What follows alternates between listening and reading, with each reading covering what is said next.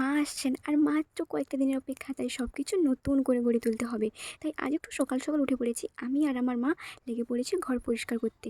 আমাদের যেহেতু মাটির ঘর, তাই ঘর থেকে সব জিনিসপত্র বের করে গোবর মাটি জল করে মা নেতা দিয়ে নিয়েছি। যে মিনি আলমারিটা দেখলে, এটা অনেক পুরনো দিনের, তখন হয়তো আমার বাবারও জন্ম হয়নি।